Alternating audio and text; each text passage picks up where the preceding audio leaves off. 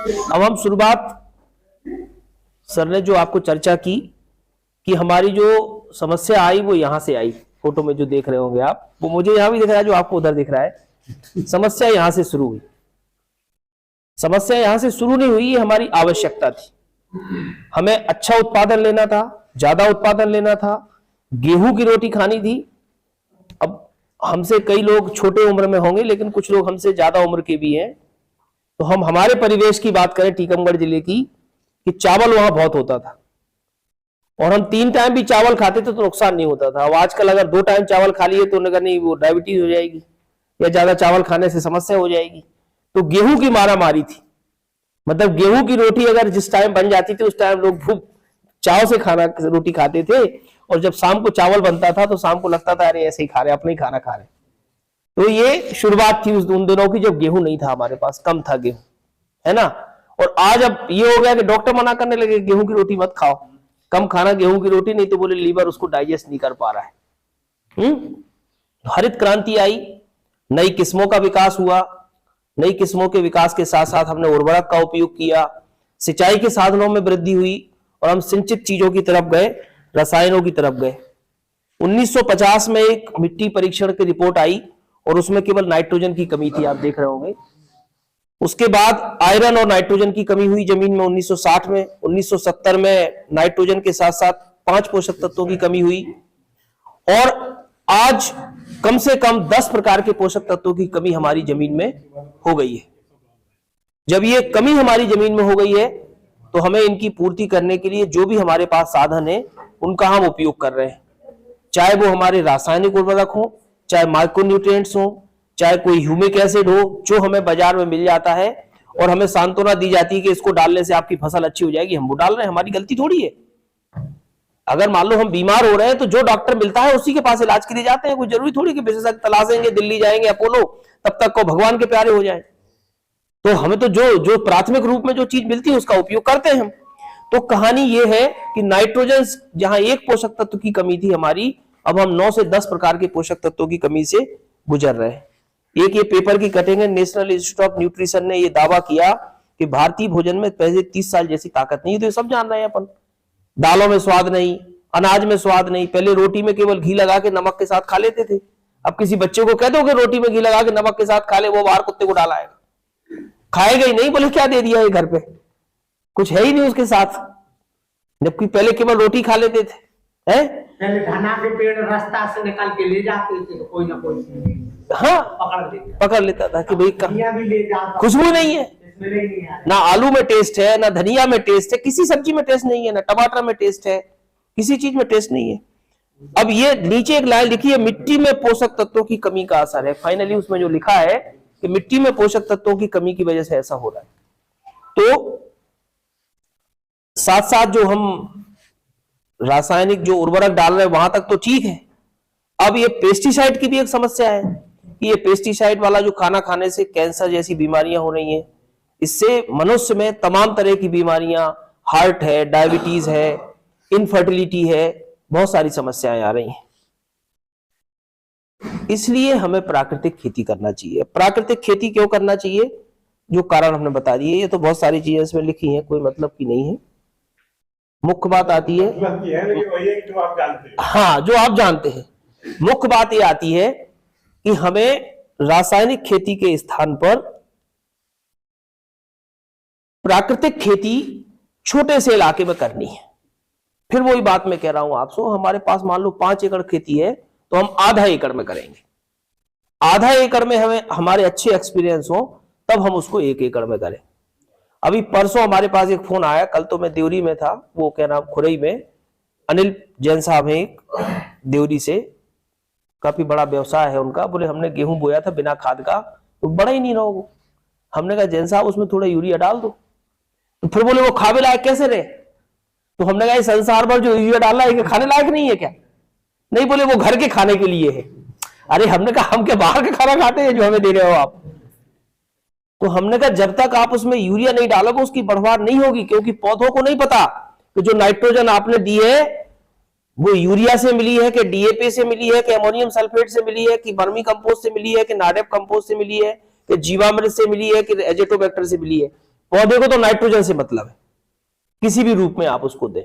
तो जब तक नाइट्रोजन नहीं मिलेगी पौधे बढ़ेंगे नहीं, जब तक फास्फोरस नहीं मिलेगा तब तक पौधे का जड़ तंत्र मजबूत नहीं होगा। तो आपको ये पोषक तत्व तो डालने ही पड़ेंगे। तो बोले और क्या हो सकता है? फिर मैंने कहा एक काम करो, गौमूत्र आप जो है 2-3 बार स्प्रे करो 4-5 दिन के अंतर से। 1 लीटर गौमूत्र 10 लीटर पानी में मिला के, तो थोड़ा उसमें हरापन आएगा जब तक आप जीवामृत तैयार कर लो। तो उनको तत्काल हमने व्हाट्सएप पे जीवामृत का जो फार्मूला है वो भेजा, और उन्हें परसों ही ड्रम में पानी डाल के जीवामृत की सामग्री डाल दी। बोले उसमें खाद नहीं डालना, वो अपने खाने के लिए। आदमी स्वास्थ्य के लिए इतना जागरूक हो गया कि हमें रासायनिक वाला गेहूं नहीं खाना है ना। लेकिन जो हम पैदा कर रहे हैं वो भी तो हमारे लोग ही खा रहे हैं ना। हमने जो पैदा किया वो हमारे साथ के लोग खा रहे हैं ना।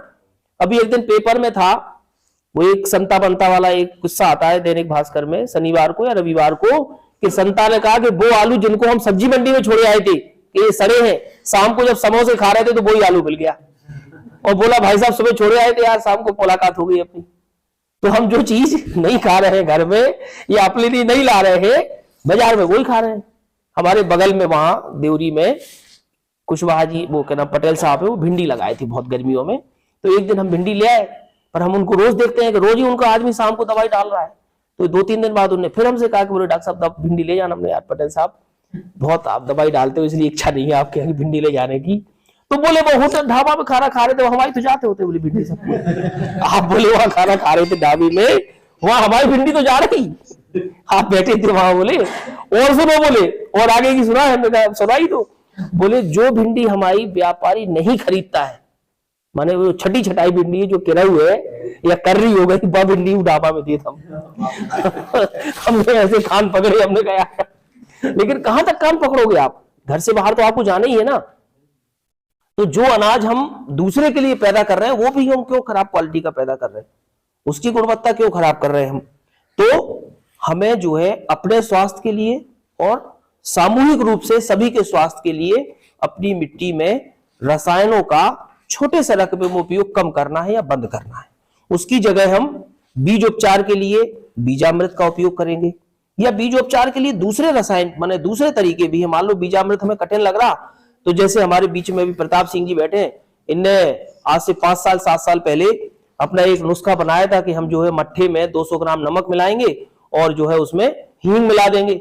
उसका जो मिश्रण बनेगा उससे हम 1 एकड़ का या 1 कुंटल जो हमारा अनाज है उसको हम उपचार करके बोएंगे। वो एक अच्छा तरीका है। भाई आप जो मट्ठा ले रहे हैं उसमें बैक्टीरिया है, आप जो हींग ले रहे हैं तो हींग जो है जीवाणुनाशक होती है, फफूंदनाशक होती है। आप जो नमक ले रहे हैं, नमक जब बीज के साथ उपचार करके जमीन में डालेंगे तो उससे पीएच में परिवर्तन होगा। तो वो तीनों चीजें बहुत अच्छी है, उसका अच्छा लाभ हुआ इनको, तो हम वो भी उपयोग कर सकते हैं। इसके अलावा तमाम ऐसे फफूंद या बैक्टीरिया आते हैं जिनको हम बीजोपचार में उपयोग कर सकते हैं, जैसे स्यूडोमोनास है, ट्राइकोडर्मा है, बैसिलस है, ये सब बीजोपचारक है। हमें रसायन का उपयोग नहीं करना तो हम इनका उपयोग कर सकते हैं। हम ये सब भी ना मिले तो हम गाय के गौमूत्र से बीजोपचार कर सकते हैं। तो हम पर रसायन ना वहां उपयोग करें, उतनी जगह में हम जैविक या प्राकृतिक चीजों का उपयोग करो। फिर अब मान लो अगर अपन बना सकते हैं तो बीजामृत बनाए और बीजामृत से बीज का हम उपचार करें। दूसरा हाँ ठीक है, और जीवामृत कौन बनाना है? हाँ अभी अपन सब लोग चल के देखेंगे कौन कौन सी चीजें कैसे बन रही हैं, और प्रैक्टिकल भी करेंगे अपन सामने। हाँ ठीक है। और यहाँ पे जितनी भी इस समय जो फसल लगी है उनमें कोई रसायन का उपयोग नहीं हुआ, कोई रसायन का उपयोग नहीं हुआ, तो अपन उसको भी देखेंगे भी चल के, है ना। दूसरा इसमें है बीजामृत के बाद जीवामृत और घन जीवामृत। एक है लिक्विड और एक है ठोस। लिक्विड यानी जीवामृत और ठोस यानी घन जीवामृत, उसके आगे चर्चा करेंगे। फिर हमें मल्चिंग का उपयोग करना है, माने जो भी हमारे पास घास फूस है उसको हमें जमीन में, खाली जमीन में जो पौधों के अलावा जमीन है उसमें मल्चिंग का उपयोग करना है। और वापसा यानी नमी के संचय के लिए हमें उपाय करने हैं। अगर ये 4 उपाय हमने कर लिए तो हमें कोई रसायन डालने की जरूरत नहीं पड़ेगी। बीजामृत में गाय का, देसी गाय का, अब देसी गाय और विदेशी गाय। देसी गाय में, देसी गाय यानी जिसकी वो कुंवड़ सी निकली रहती है थोड़ी सी, है ना, कांदो जिसको कहते हैं अपन, उसमें ऐसा बताया गया कि उसके अंदर एक ऐसी रेखा भगवान ने बनाई है, ऐसी एक संरचना बनाई है कि वो जो है सूर्य की ऊर्जा को एब्जॉर्ब करके और कोई भी हानिकारक चीज अगर गाय के पेट में पहुंच गई है, उसके शरीर में पहुंच गई, तो उसको नष्ट करके उसको अमृत के समान उसके गौमूत्र को, उसके गोबर को, उसके दूध को उपयोगी बनाती है। गाय के गौमूत्र में जो बैक्टीरिया होते हैं उनकी संख्या ज्यादा होती है देसी गाय के गौमूत्र में।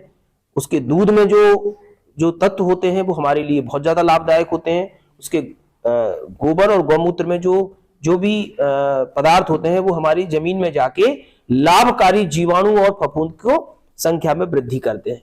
तो हमें सिर्फ देसी का ही उपयोग करना है। देसी में हमारी जो देसी कैन कथा या दूसरी ब्रीड है वो, इसके अलावा गिर, साहिवाल और आपका थार पारकर, ये भी हमारी भारत की देसी माने गाय हैं। और एक जैसे मालवी आती है, हरियाणी आती है, ये भी हमारी देसी है, जो हमारे भारत देश की है। हमें देसी गाय, अच्छा भैंस का नहीं करना है उपयोग, क्यों? क्योंकि भैंस के दूध में या भैंस के जो भी गोबर गौमूत्र है उसमें गाय की तुलना में उतने उपयोगी रसायन नहीं है ना। उसकी स्मरण शक्ति भी भैंस की कम होती है। जैसे मान लो भैंस को हम छोड़े आए राहतगढ़ रोड पे, सिहोरा के पास छोड़े आए, तो फिर लौट के बस आगर ना आए, और को दाएं बाएं भटक के चली जाए। लेकिन गाय को हम सिहोरा क्या राहतगढ़ छोड़े आएंगे तो भी वापस सागर आ जाएगी। तो ये उसकी भगवान ने उसको क्षमता दी है, उसमें कोई, इसलिए हमें देसी गाय का ही उपयोग करना है। ठीक, तो देसी गाय का 5 किलोग्राम गोबर, 5 लीटर गौमूत्र, 50 ग्राम चूना और 20 लीटर पानी और 1 मुट्ठी मिट्टी, इनसे हमें बीजामृत तैयार करना है। कैसे करना है वो आगे बता रहा हूं। इनसे हम जो तैयार करेंगे लिक्विड, उससे हमें बीज का उपचार करना है।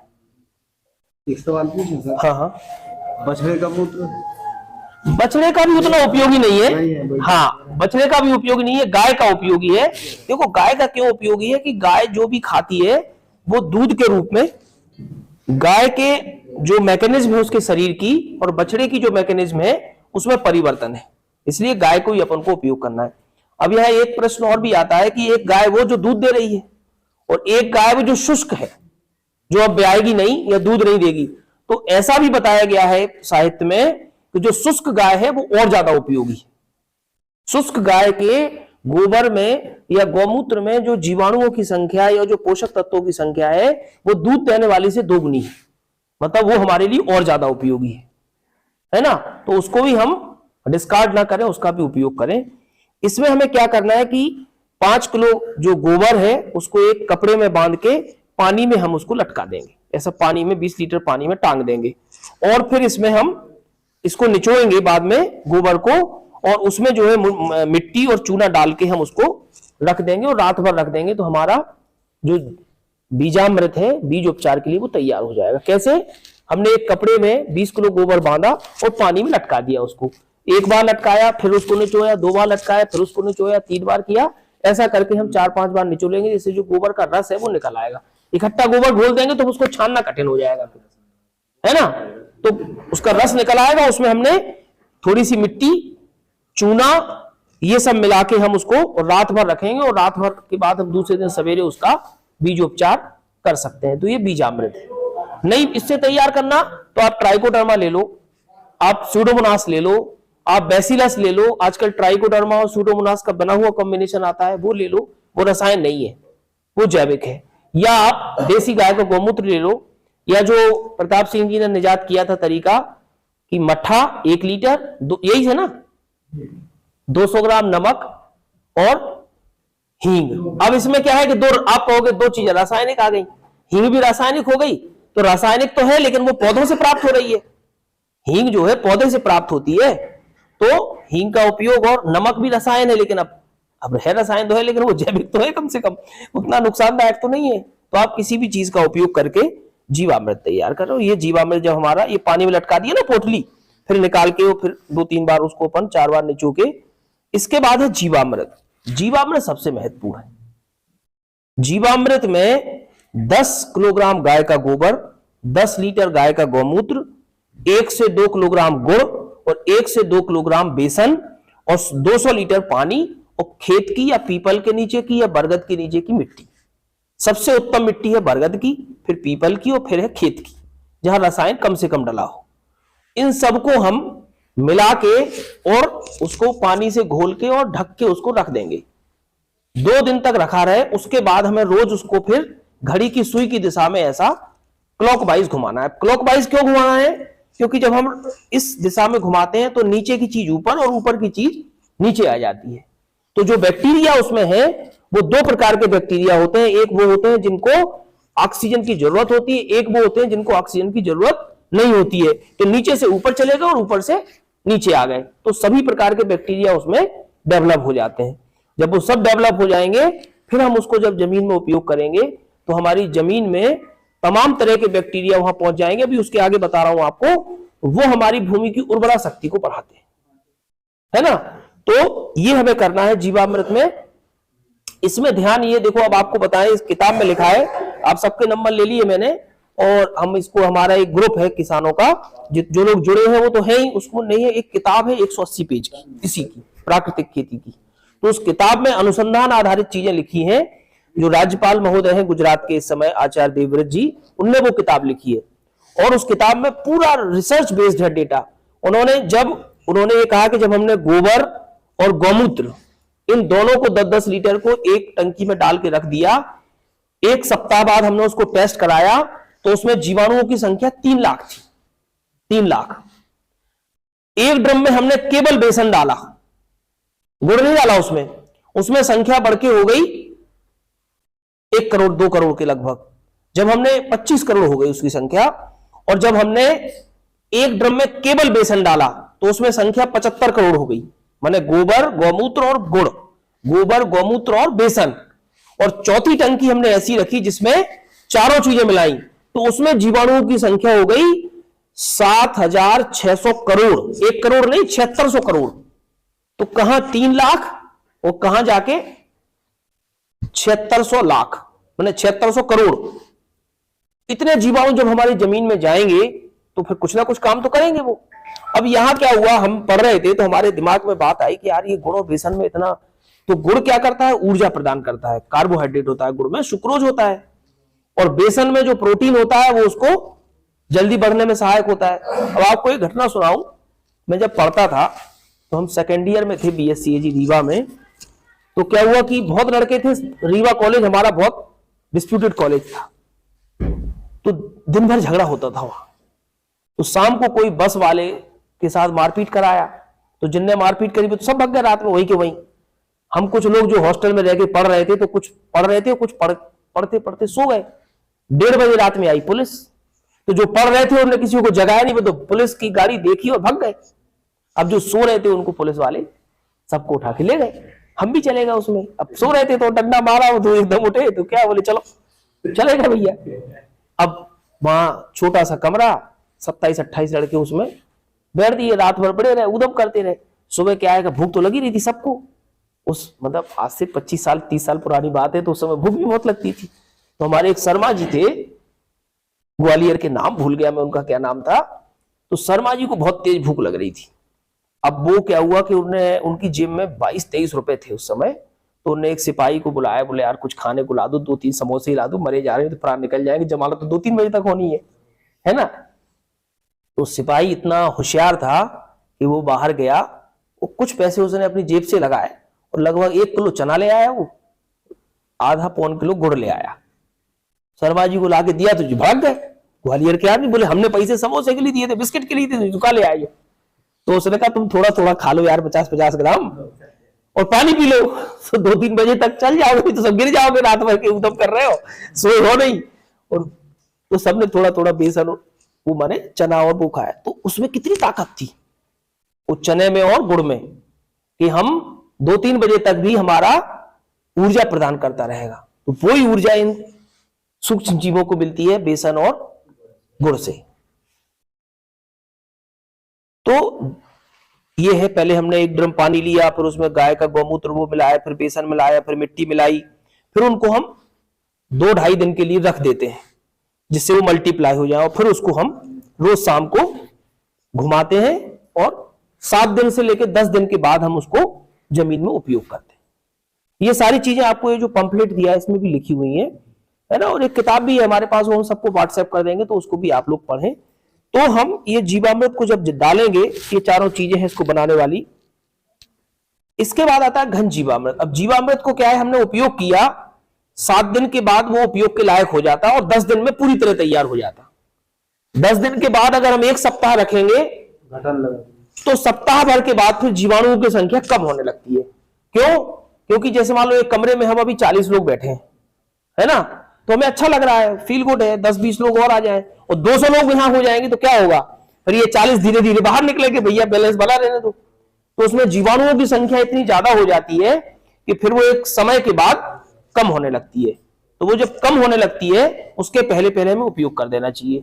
अब इसको और रिफाइन करने के लिए घन जीवामृत बनाया गया।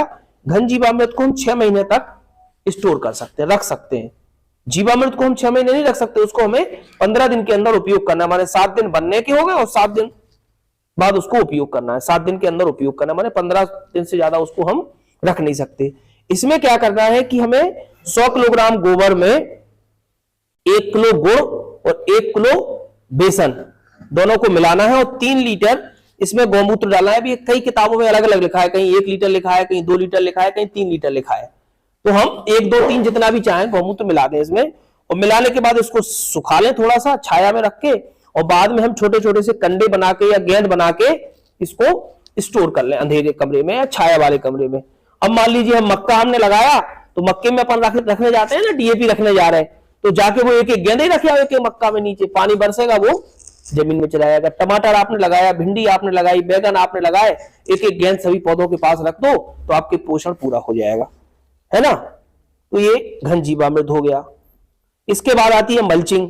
मल्चिंग क्यों करना है? जिससे हमारी नमी का ह्रास ना हो और ये जो खाद जो हमने कचरा डाला है कालांतर में पानी के माध्यम से ये सड़ के हमारी खाद बन जाए। तो मल्चिंग एक काम करना है।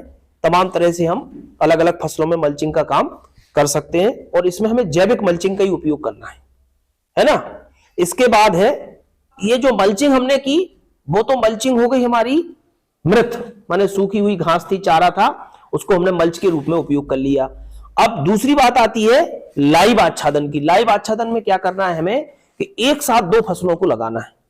जैसे मान लो हमने सोयाबीन लगाया, सोयाबीन के साथ मक्का, सोयाबीन के साथ ज्वार, उड़द के साथ जो अंतर्वर्ती खेती को प्रोत्साहित करना है। हमने सब्जियां लगाई, हम बीच में गेंदा लगा दें, धनिया लगा दें, यानी एक की हाइट कम और एक की हाइट ज्यादा, जिससे ऊपर वाला नीचे वाले को थोड़ी थोड़ी छाया प्रदान करता रहे और वो छाया हमारी, हमें लाइव आच्छादन भी करना है जिससे हमारी जो जीवाणु है उनको बहुत ज्यादा तेज गर्मी ना लगे, जमीन के अंदर जो जीवाणु हमने डाले हैं वो नष्ट ना हो। और इसमें एक बात और बताई गई है कि हमें बार बार खेत की जुताई नहीं करनी है। हम क्या करते हैं 2 बार 3 बार जुताई की, फिर पहले हमने प्लाऊ चला दिया, फिर जुताई की, फिर रोटावेटर चलाया, तो जमीन का ज्यादा डिस्टरबेंस करने से भी हमारा ऑर्गेनिक कार्बन जो है वो उड़ जाता है धूप में, जो जीवाणु है उनके ऊपर भी विपरीत असर पड़ता है। हाँ, तो हमें इन सब चीजों का इसमें ध्यान रखना। अभी इसी के तत्व दिए गए हैं कि जीवामृत हम कैसे बनाएंगे, है ना। घन जीवामृत में क्या क्या है ये है ना, देखो गोबर और जंगल की मिट्टी ये क्या करती है, रोगाणुओं का स्रोत है, यानी जीवाणुओं का स्रोत का काम करती है, जीवाणु यहां से आते हैं। गुड़ और बेसन क्या करता है, ऊर्जा और विकास को देता है, ऊर्जा मिलती है इससे।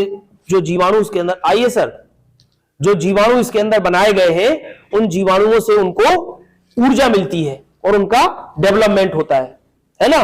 और गुड़, बेसन और गौमूत्र क्या करते हैं कि ये विभिन्न प्रकार के पोषक तत्व और ऑर्गेनिक्स पौधों को प्रदान। आइए सर प्लीज, नमस्कार सर। हमारे बीच जिले के उप संचालक कृषि आदरणीय श्री मालवी साहब उपस्थित हुए हैं। मैं तालियां बजा के सभी लोग उनका बहुत बहुत स्वागत करते हैं। सर 2 मिनट और कर लीजिए। तो ये जो तीनों चीजें हैं जो आपको बताइए अलग अलग चीजों का स्रोत है। ये आपको इसमें दिख रहा है कि जो गोबर है और जंगल की मिट्टी है वो जीवाणुओं का या रोगाणुओं का स्रोत है। गुड़ और बेसन क्या करता है, ऊर्जा देने का काम करता है। और गुड़, बेसन और गौमूत्र क्या करता है, विभिन्न प्रकार के पोषक तत्व देता है। इसी प्रकार से मल्चिंग का है कि मल्चिंग करने के लिए हम मल्चिंग करके हम जमीन को ढके रहते हैं जिससे हमारी नमी का ह्रास नहीं होता और जीवाणु हमारे तेजी से बढ़ते हैं। तो ये जमीन के विकास के लिए हो गया, है ना। तो हमने एक तो बीजामृत देखा, बीज के विकास, बीज को सुरक्षित करने के लिए। दूसरा, जमीन को उपजाऊ बनाने के लिए क्या डाला हमने, जीवामृत और घन जीवामृत। और इसके बाद पौध संरक्षण की बात आती है कि पौध संरक्षण हम कैसे करेंगे। तो इसमें तमाम तरह की औषधियां तैयार की जाती हैं, रसायन तैयार नहीं किए जाते, औषधि तैयार की जाती है। इसीलिए औषधि कहा हमने नुकसानदायक नहीं है ये, है ना। इसमें एक सबसे जो सरल है वो है नीमास्त्र।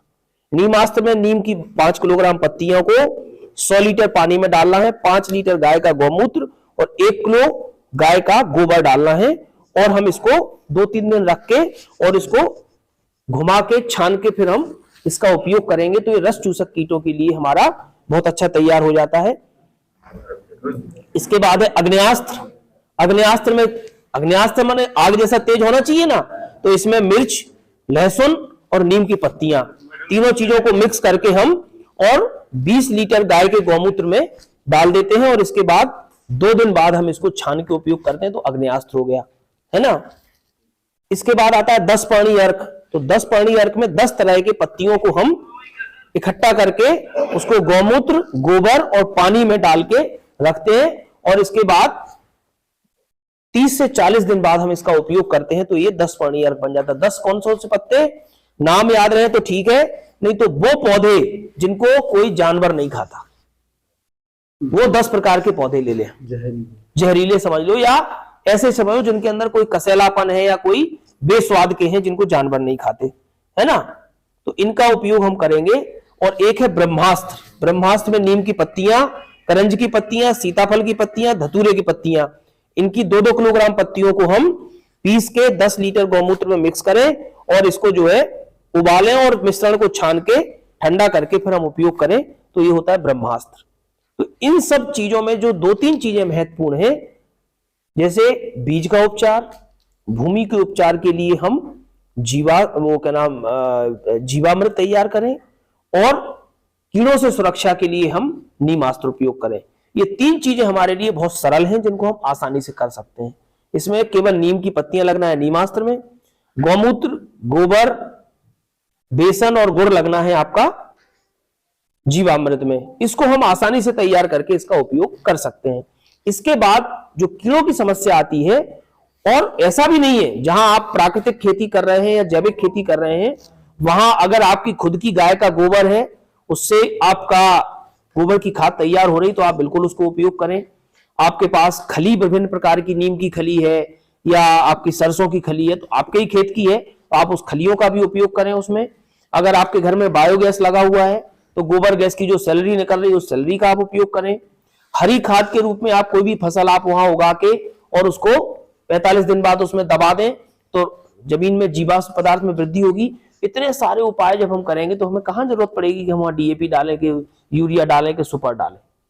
तो जो आपके पास संसाधन उपलब्ध हैं, उन संसाधनों का उपयोग करके और प्राकृतिक खेती के जो सरलतम उपाय हैं, उनको हम तैयार करके और उनका उपयोग करें, और उनका उपयोग करने से आप अपनी जमीन को खराब होने से बचाएं।